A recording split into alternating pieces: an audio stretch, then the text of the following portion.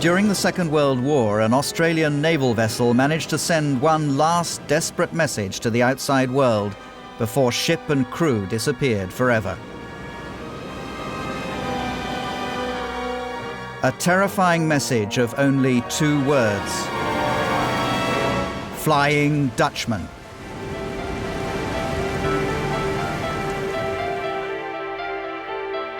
This is the end of the world, the mythical boundary between East and West, the southernmost tip of Africa, the Cape of Good Hope. Hundreds of years ago, when the first European explorers ventured through uncharted seas towards strange new worlds, this desolate cape saw the birth of the most famous of all maritime legends. In the shadow of Table Mountain grew the myth of the Flying Dutchman, the phantom ship which is cursed to sail the 7 seas forever to bring doom and disaster. An apparition come to haunt sailors and pursue them with blood-red sails billowing in the wind.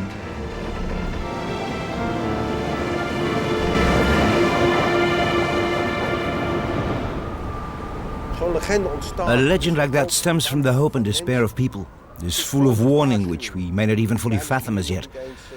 Bartholomew Diaz, Vasco da Gama, and all those Dutchmen which followed, and the Flying Dutchman. A magical place such as this was just bound to give rise to a legend, and it became the legend of the Flying Dutchman. That legend tells me you always have to be wary of the sea, that you cannot challenge the sea, that you can't challenge the gods here at sea.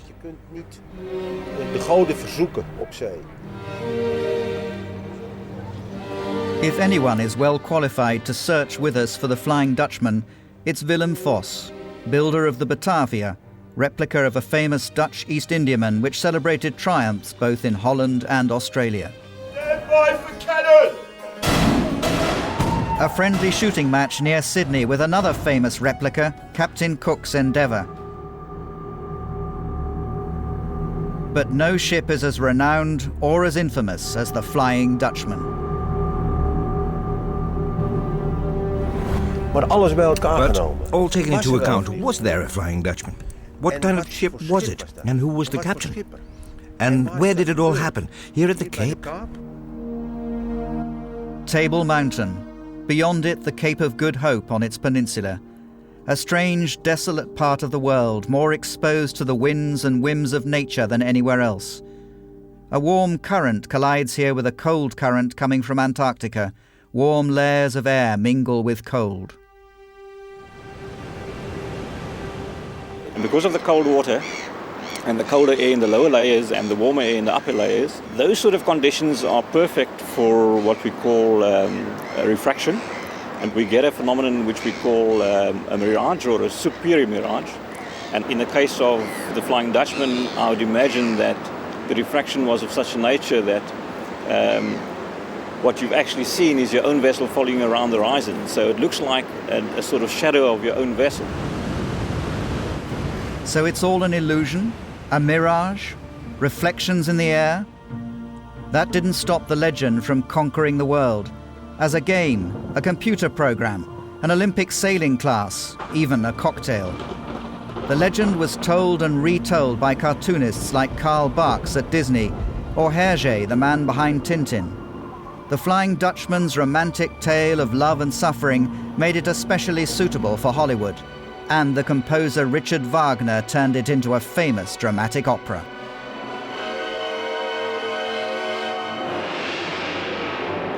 There's a delightful story involving the Flying Dutchman at Cape Horn. A ship encounters the shadowy Flying Dutchman. The crew is filled with fear and tells the captain, "We must fly or we'll founder."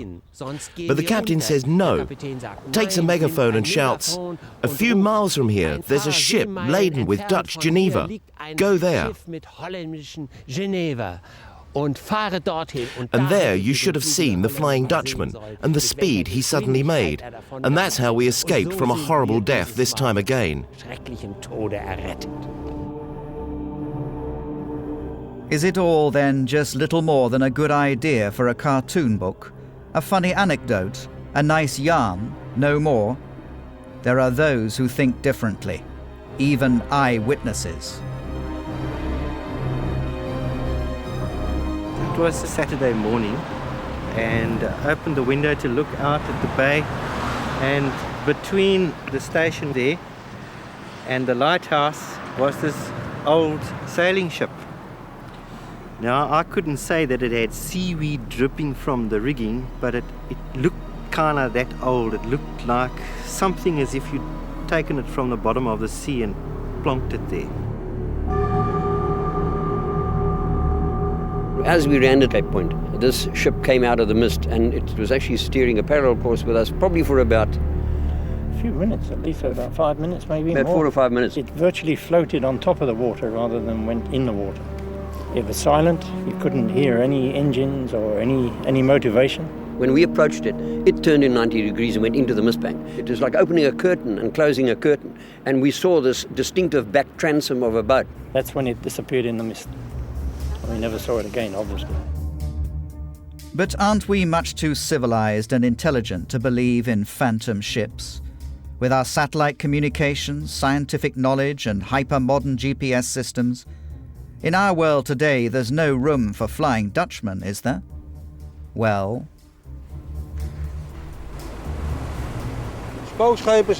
Phantom ships are of all ages, from all directions on the compass, from Europe to Japan, from Australia to America. And phantom ships still exist today. Now they're ships which take in cargo under false documents, and then take off with it, never to appear again. Then there are gangs of criminals behind it, or even worse, pirates. Pirates are not something of the past. Some 500 ships still fall prey to pirates every year, notably in Southeast Asia. Strange things still happen at sea. The sea is about the only thing on Earth untamed, its paths untrodden by tourist crowds. And if strange things still happen there, then let's have another and more serious look at the legend of the Flying Dutchman. For the origins of the Flying Dutchman, we have to go back to the times of the great discoveries, to the Portuguese, and maybe even further back, to the myths of antiquity. The Flying Dutchman is based on a very old, ancient legend. It is a phantom ship that is passing by the Cape, once known as the Cape of Storms, and it is based on the legend of Adamastor. Can you imagine that people thought that those mountains there were cast down here by gods? In Greek mythology, there's the tale that before mankind, the earth was inhabited by gods and giants, and they fought an enormous battle. In Greek temples, you can still see that depicted on beautiful frescoes. The myths tell us how the Titans tried to overthrow the Olympian gods. The Titans fought a bloody battle, but they lost. One of the vanquished was the Titan Adamastor. He was severely punished.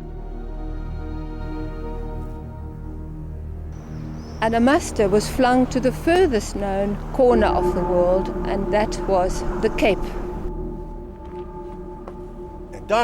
And that's where he sits. Some say that he became the entire Table Mountain, and others say he's locked somewhere inside it.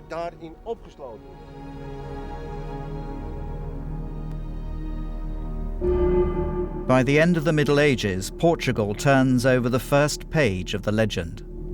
In 1488, Bartolomeus Dias set foot on land here as the first European to arrive. And he called it Cabo Tormentoso, Cape of Storms. A name well chosen. When 10 years after Dias, Vasco da Gama reached the Cape, something disastrous happened. Adamastor, the ancient Titan, was awakened. This was recorded in a book, Os Lusíadas, written by Portugal's greatest poet, Camões. It says, "Robust and vigorous in the air appeared he, enormous and of stature very tall, the visage grim and with squalid beard, the eyes hollow and the gestures all threatening and bad."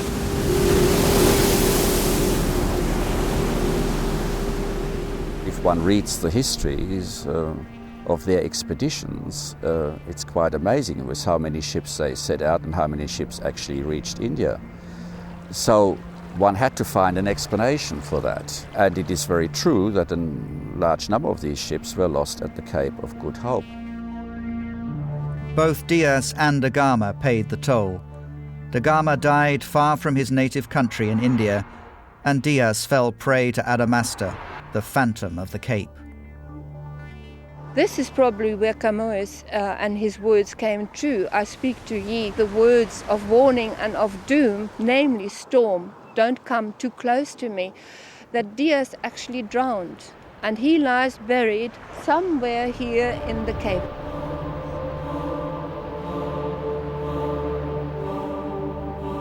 It's not yet the ship or the captain on the ship, but when you look how this spectre is described, then you can see there are certain features that you then see later reflected in the description of the Flying Dutchman.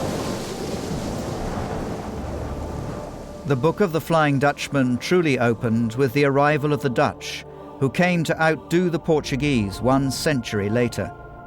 Before other competitors such as the English, they settled at the Cape with the building of a fortress.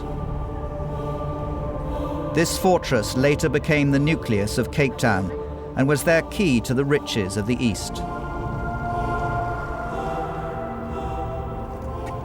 See, the fortress lay right along the beach, and wouldn't it have been but for the Dutch if they wouldn't have added a few miles of land here where now all those buildings are? And if you know that the Dutch passed by the Cape with more than 2 million people at the time, and over 1 million of them did not return. 1 million people. And they were not only Dutch, they came from all over Northern Europe. Northern Germany, Scandinavia, Finland. Possession of the Cape gave them a head start in the hunt for the mythical riches of the East. Dan Slay, author and South Africa's main archivist. The East was a magic place. Remember, that's where the sun comes up. That is where the wise men came from. That is where all the treasure was. All the diamonds and the rubies and the emeralds that were in the crowns and the coronets of the kings and the princes on the crowned heads of Europe. They didn't come from Europe. They came from the East. A halfway post, the Cape became the symbolic boundary between Europe and the riches of the East, a dangerous boundary. And that turns the spotlight on another factor which helped shape the legend, life at sea itself. Visiting Willem Vos and his Batavia is another specialist of the seas, Peter Branches, captain of an equally remarkable historical replica, the Clipper Stad Amsterdam. And the smells that add into it, you know? The fragrance of wood, you smell the ship. And when you're sailing laden with spices, that adds into it too. Cinnamon or something or other. Totally different odour. Or people get seasick and there's a sour smell of vomit, you know? Look, here we're standing nice and comfy, but one deck below it would have been much lower, and you would have had to have crawled all over and everything, packed tight. We tend to think of it romantic and all that, but it wasn't. It was tough for the men here, and you bet there were lots of them stacked up in here.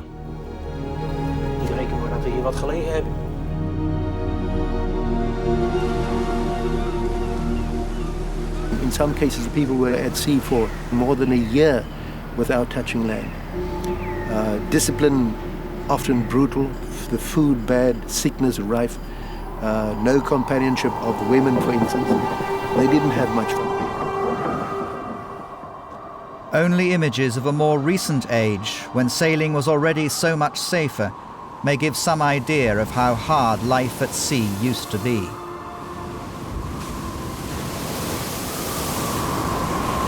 The success that the sailor had at sea often depended on the kindness of the Creator.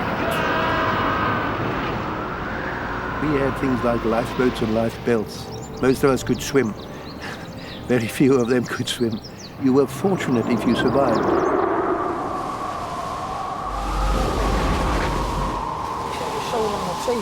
If you're at sea for so long, deprived of everything, you've got nothing but that ship with all those people in it, and so on. And you can't get off all this time to let your thoughts wander off everywhere. Well, what happens in those heads you simply cannot say, you know? Strange thoughts come up. Well, you often know that too. It's not just the hardships.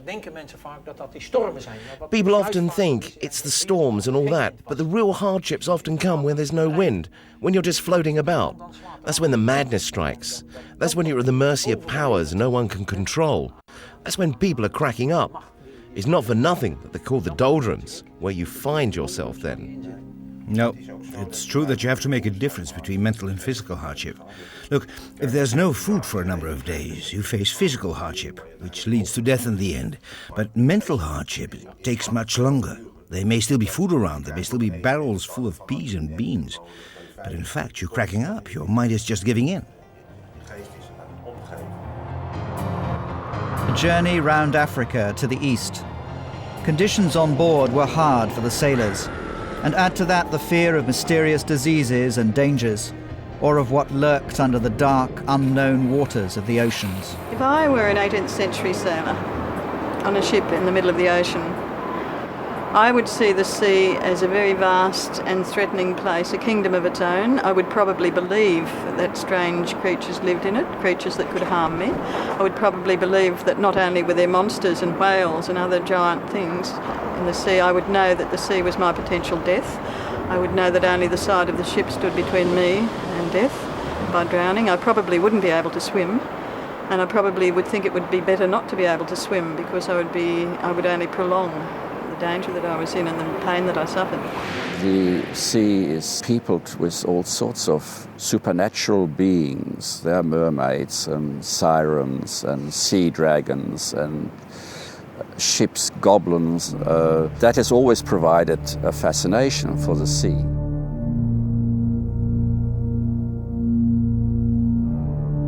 The unusual occurred, and the unexpected and the unexplained occurred. And perhaps that is the material that ghost stories are made of. Giant sea snakes, monsters of the deep, creatures that would kill a man without hesitation, and of course ghost ships were all said to explain the strange phenomena on the voyage to the magical East. Tales told and retold in bars and taverns of harbours such as Cape Town. Ever more blood-curdling stories about a ship and a captain doomed to sail the seas for eternity. And so the legend became increasingly real. It was the English who were responsible for giving the phantom ship an identity. It was not just any ghost ship, it was a Dutch vessel. The English were madly jealous of it, of course. Look, later on they made a mess of it, of course, with the apartheid and all. But the Cape was a strategic position of prime importance, the key to a new world. But also a source of rivalry, which made the English add the next building blocks in the shaping of the legend. I think the idea of the Flying Dutchman is moulded by a deep-seated hostility which the English felt towards the Dutch in the 17th century. That rivalry had its reasons. The amazing emergence of Holland from the Middle Ages. An insignificant backwater in the mightiest empire of the time, Holland battled for and gained its independence from Spain in a religious war lasting 80 years. 80 years of war which steeled it into an ambitious trading nation whose citizens swarmed across the world, weapons at the ready if necessary. Holland's brief golden age which perplexed Europe. In the course of the 17th century, the Dutch had some 10,000 ships, half of everything that sailed the seas. Their flag flew everywhere. Their ships dominated trade and accumulated amazing amounts of wealth and power within 2 to 3 generations. What mugs, eh? They thought they could take on the whole world with that little bit of land of theirs. In the catacombs of the National Archives in The Hague lies the document which marks the amazing emergence of Holland. This is the official treaty of the Peace of Munster with the seal of the Spanish King Philip IV. After this, Holland expanded everywhere. We travelled and traded throughout the world. But we met with new resistance, the English. 3 naval wars fought within 20 years defined the image the English would shape of the Dutch. One year stands out, 1666. 1666, the year of the beast. The 17th century was a deeply superstitious age. Most people believed in witchcraft. People were deeply superstitious. For a long time there were misgivings about what was going to happen. The fact that there had been blazing stars in the sky that year, the fact that there was a solar eclipse in June. Everybody knew something bad was going to happen. But in England, up to that point, everyone thought something bad was going to happen to the Dutch. We got it wrong.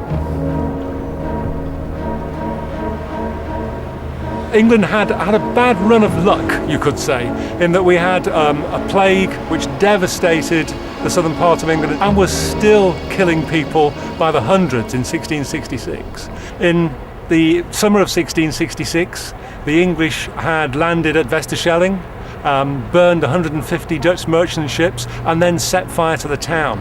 The leader of the raid was a man called Sir Robert Holmes, and Sir Robert Holmes's bonfire was celebrated all over England.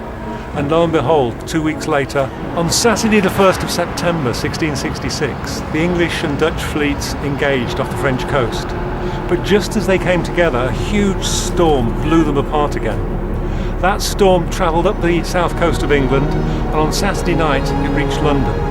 In the early hours of Sunday morning, it blew thatch off roofs, it toppled chimneys, and that moment, a small fire broke out in a baker's shop here on Pudding Lane.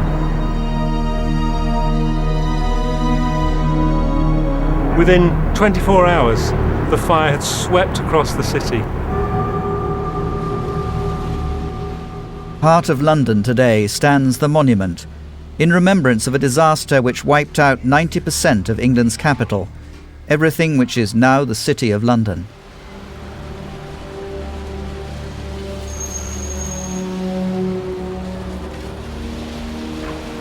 In 5 days and nights, all of this was destroyed in the greatest fire England had ever seen. As the wind blew embers and flakes of flame, people started to say, it's not an accident, it's a terrorist attack, it's the Dutch. It was a Dutch baker, a Dutch rogue, people were writing. Pity us, pray for us, the Dutch are firing our city. Within 24 hours, Dutch were being beaten up on the streets. They were being chased from their homes. Their houses were being levelled to the ground. It was as if it was 9/11 in 1666, as if Bin Laden had burned London. And then, lo and behold, the Dutch sail up the Medway and capture or burn a significant number of our naval vessels. The English flagship, the Royal Charles, was towed away, and that took the heart out of the English. We thought that now that was the time to make peace. Is that still in the English history books? The firing of the Medway appears in a footnote to the English history, I think. It's something that we'd rather forget indeed. Rivalry further shaped the legend, and when in the following century Holland sank into relative insignificance, Flying Dutchman became a way for the English to express not fear but scorn. It was intended to express those were once mighty merchants. Now they're just fleeting shadows that sail across the seas there. And logically, therefore, it was the English who provided the ship with a captain too. From Blackwood's Edinburgh magazine emerges a Van der Decken, who is mentioned as the Flying Dutchman. But he has a new motive, namely the motive that willy-nilly he insists on sailing round the Cape, but is refrained from it by storms, then swears and says, I, even when God forbids it, I will achieve it.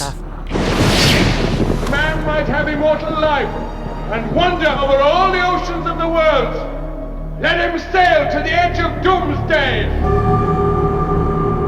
From then on, the legend speaks of a Captain Van der Decken who is doomed by a curse to sail around the Cape of Good Hope forever. Was it true then? Would I sail alone till doomsday, longing for death, with death denied me? And from this moment on, the legend ceases to be just a tall tale in taverns or the ship's hold, but becomes an inspiration for artists, a favourite subject for authors, composers and poets. The soul has been alone on a wide, wide sea. So lonely it was that God himself scarce seemed there to be. The demon figure braves the gale, and well the doomed spectators know, harbinger of heck and woe. And the boys and the beacons extinguished the light, as the boats of the stony and dead came in sight. I bowed it from billow to billow each form, as its shroud like a plaid, flying loose to the storm. But what mainly inspired us with this horror and astonishment was that she bore up under a press of sail in the very teeth of that supernatural sea and of that ungovernable hurricane.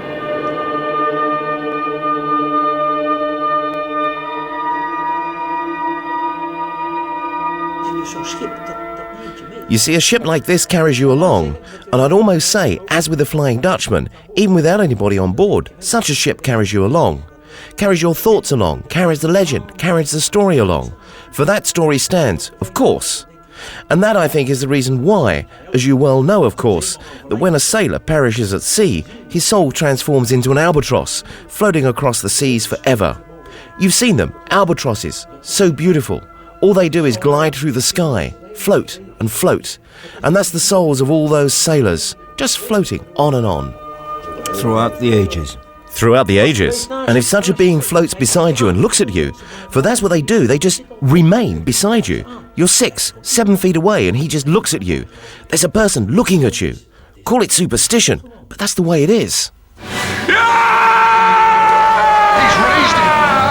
He's raised the devil!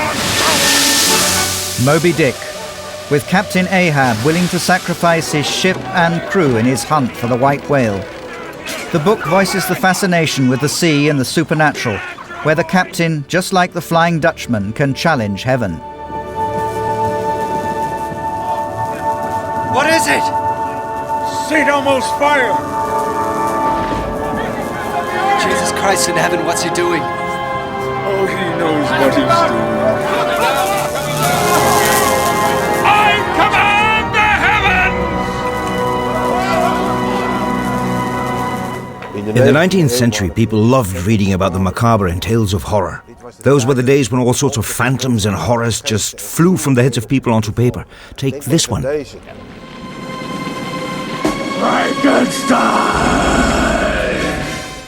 And people saw in the old Jewish legend of rabbis who, just like God, created life out of clay, a golem, which totally went out of hand afterwards.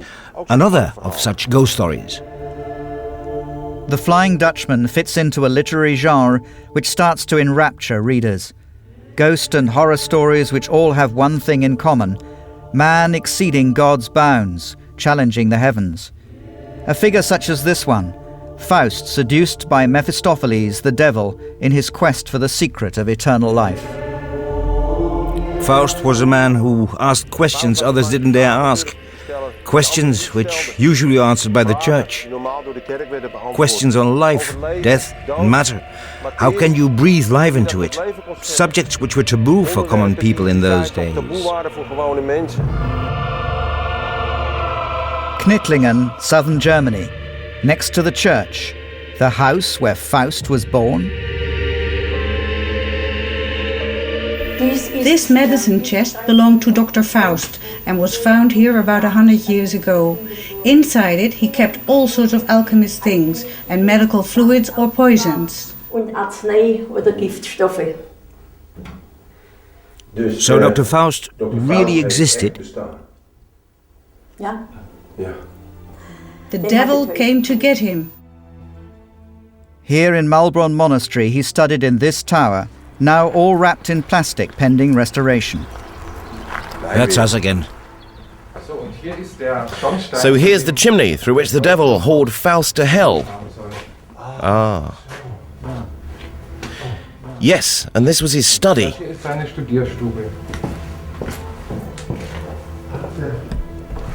So he truly existed? Oh yes, Faust was born here in the neighborhood and really studied here, in Malbronn, in this room here.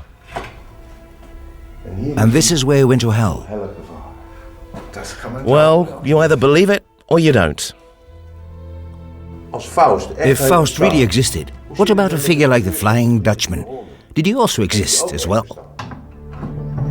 In his book Phantom Ship, the author Frederick Marryat gives the captain a place of birth. The Zeeland harbour of Terneuzen in the south of Holland. Van der Decken and the legend of the Flying Dutchman are carefully nurtured here. Every now and then one of the inhabitants plays Flying Dutchman in a local bar, where they also serve Flying Dutchman beer. According to Marryat, Captain Van der Decken had left Amsterdam and stopped in his native Terneuzen before setting out to the east. He'd been locked up in here for days already by a storm which prevented him from sailing. The oars come from the west, so in those days there was no way of leaving port. So he says to his wife, "Tomorrow we sail." But Willem, tomorrow is Easter Sunday, and the storm is not lying down. What do I care about that storm? But Van der Decken, that's the day of the resurrection of Christ. No sailor has ever dared sail on that day. God damn! Tomorrow I sail. If not with God, then with the devil.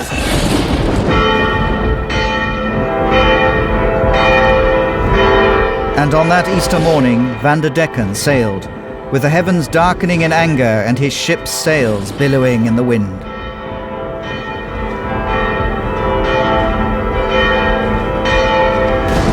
Appalled, his wife and neighbours thought they could discern the devil standing there beside him.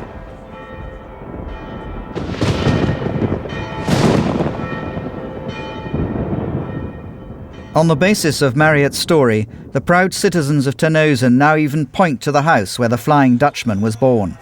Now it's a lively Greek restaurant, but in Marryat's days officers were quartered in here and the house was said to be haunted.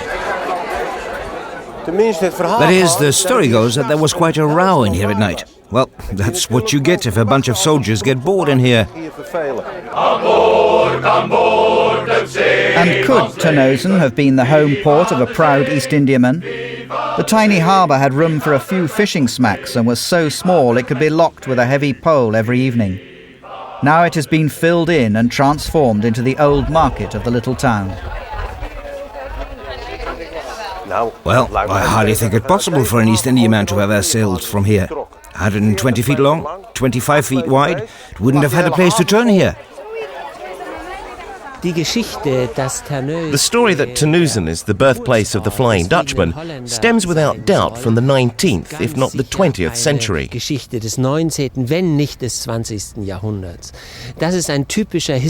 And it's a typical example of a historization process. The story of some unnamed sailor who must wander on throughout eternity is then localized, becomes specified and identified with a specific place. Story by Washington Irving, where the Flying Dutchman comes up the Hudson River.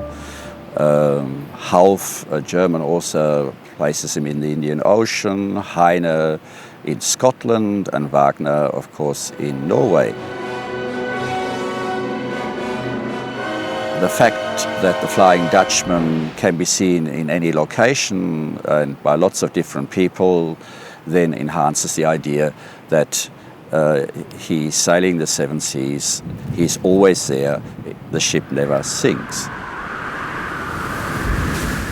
That is as it may be. But in fact there's only one place that matters. This is where it happened. That Terneuzen Star story, that's just kid stuff. This is where it happened. Cape of Good Hope.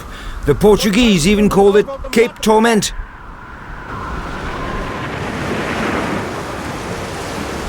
For 2 months they tried to go around the Cape. More than 9 weeks, storm upon storm. The crew begged the captain to turn back. The mate swore upon the Bible, "Captain, please turn back."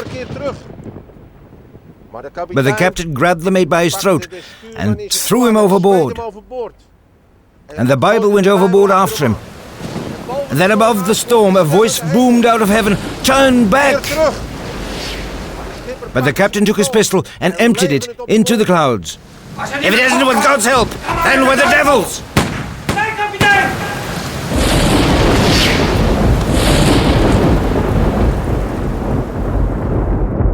And 19th century authors added to the legend, especially German author Heinrich Heine with his book From the Memoirs of Mr. Schnabel-Lwowski. In that story, the Flying Dutchman comes ashore every 7 years, where he may seek a woman who will not only remain faithful to him, but is even prepared to die to save him. The moral of Heine's tale is that women should never have themselves seduced by a sailor, let alone a Flying Dutchman, and that men, in fact, are done in by women. In fact, Heine is rather amused by the whole story. He thinks he'll never succeed in finding such a woman anyway, and so the poor Flying Dutchman is rowing ashore every 7 years, only to be turned down and return to his ship with his tail between his legs and sail on for another 7 years. There's punishment for you. The theme of the Flying Dutchman only really takes wings with composer Richard Wagner writing his favourite opera, The Flying Dutchman, in 1841.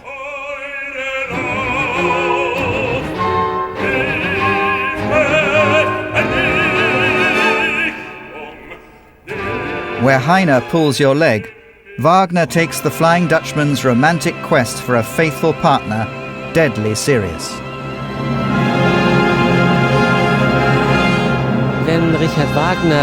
Had Richard Wagner not written his opera, then the story of the Flying Dutchman would probably not have spread around the world as much as we know it today. Nicht so weit verbreitet, wie man sie heute kennt.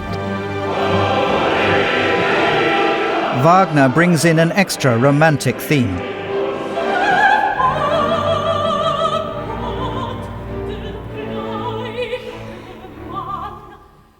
In the end, the Flying Dutchman does find a faithful woman, Senta, who is prepared to die for him. She vows eternal love and throws herself into the sea, and at that moment the ship will sink and no longer sail the oceans. Pity he loves her so much that he'd rather sail the 7 seas right until Judgment Day than see her die. But since this is an opera by Wagner, she decides to die for him anyway.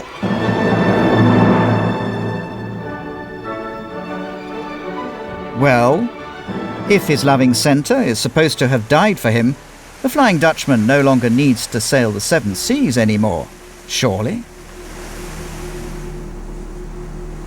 De Vliegende Hollander!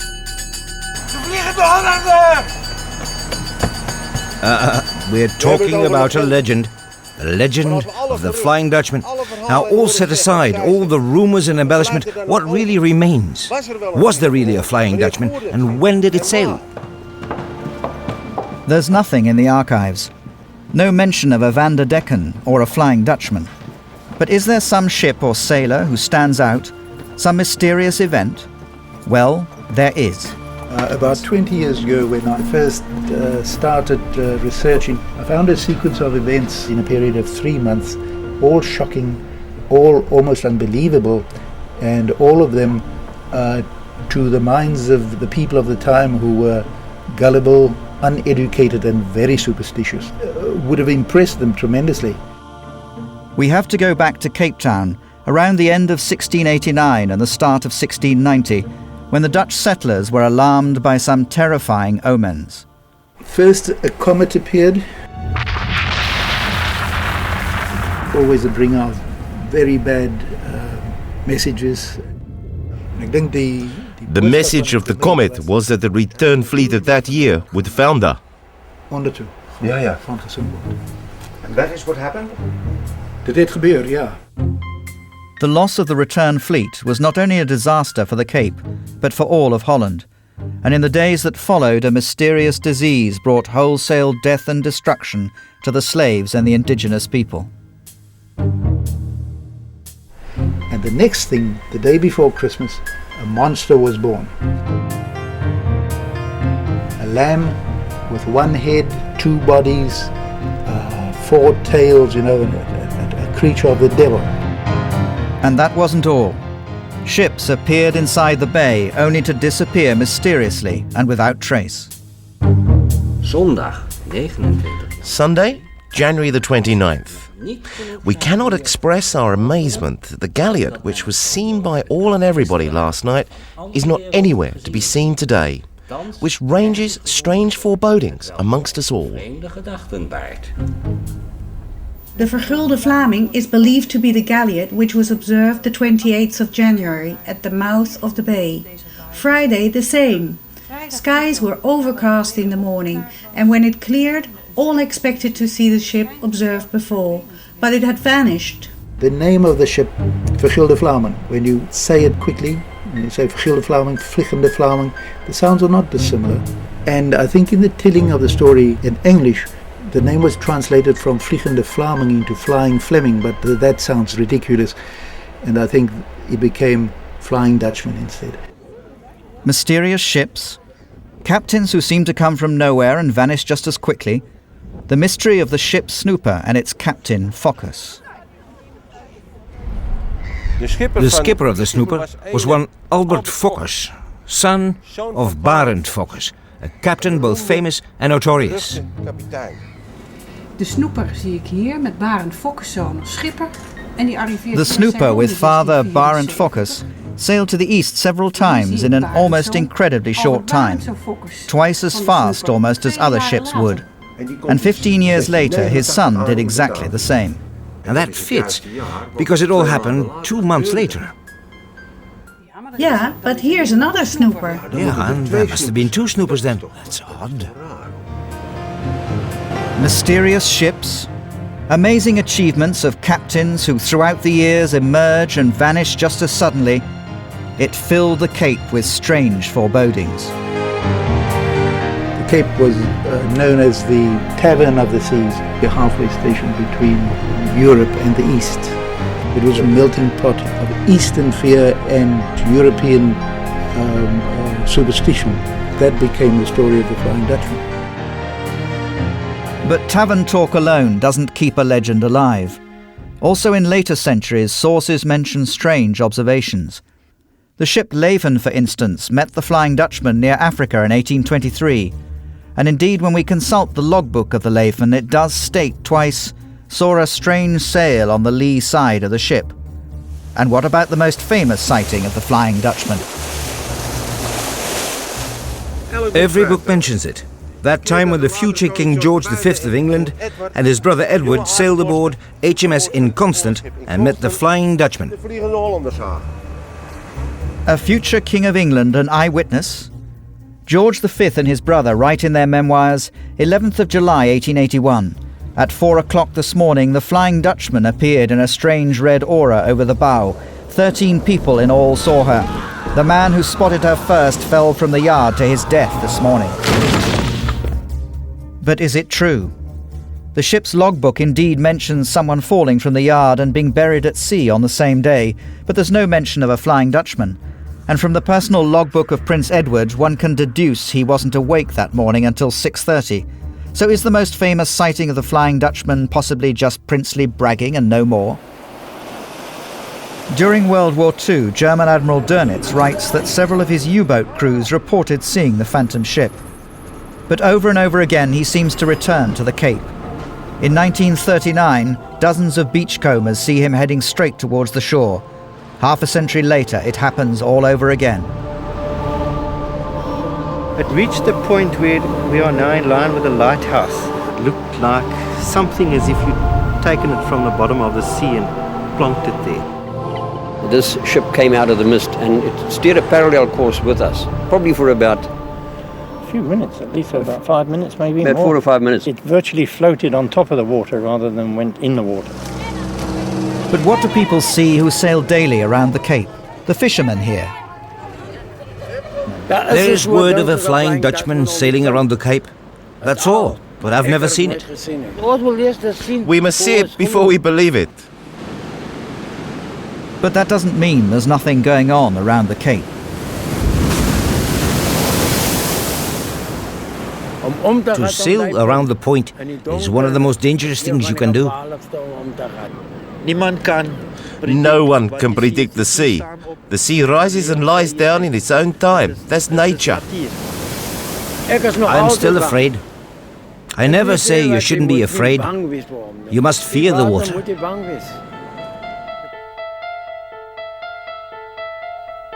And there's good reason to be afraid. The Cape of Good Hope is one of the world's greatest ship cemeteries.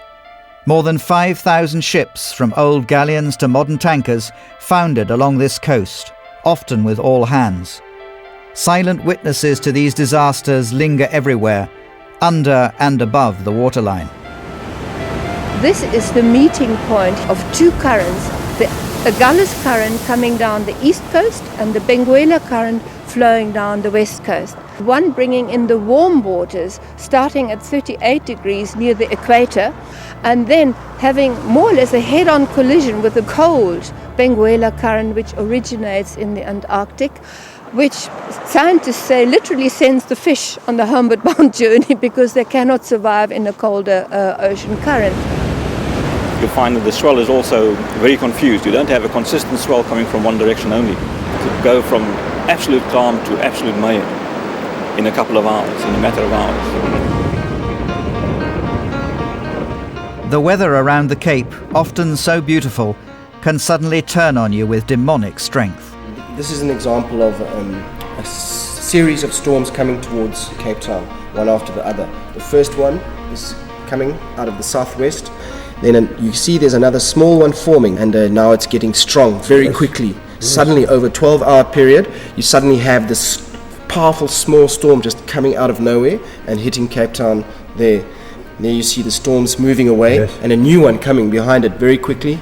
Massive storm like this, where the energy inside the storm is so huge, you don't know the sheer extreme of the power inside. They say that this is like 3 atom bombs going off every 5 or 10 minutes.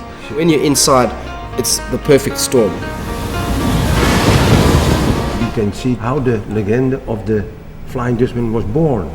Absolutely. Yeah? Yes, you can see here, always there was storm and always bad weather. Yes. If you look at the South Pole and the Earth from the bottom, there's continual ocean below South Africa, below South America, and below Australia. Yes. So these storms go around and around. Yes, always. Always, never ending. Never ending. Like the Flying Dutchman. Yes. Makes sense to me.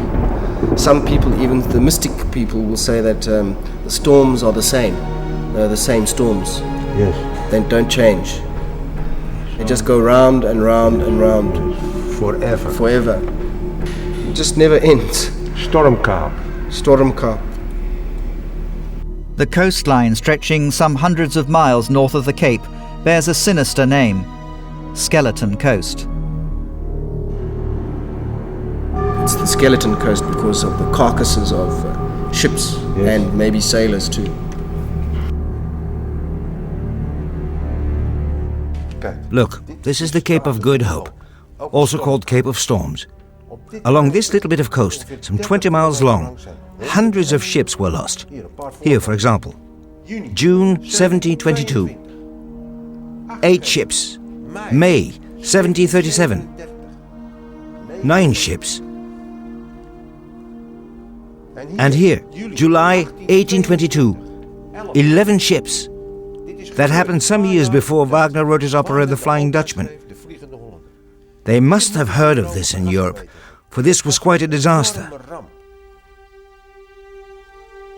And here, to cap it all, May 1865, 22 ships in a few days' time, and hundreds of people were drowned in this.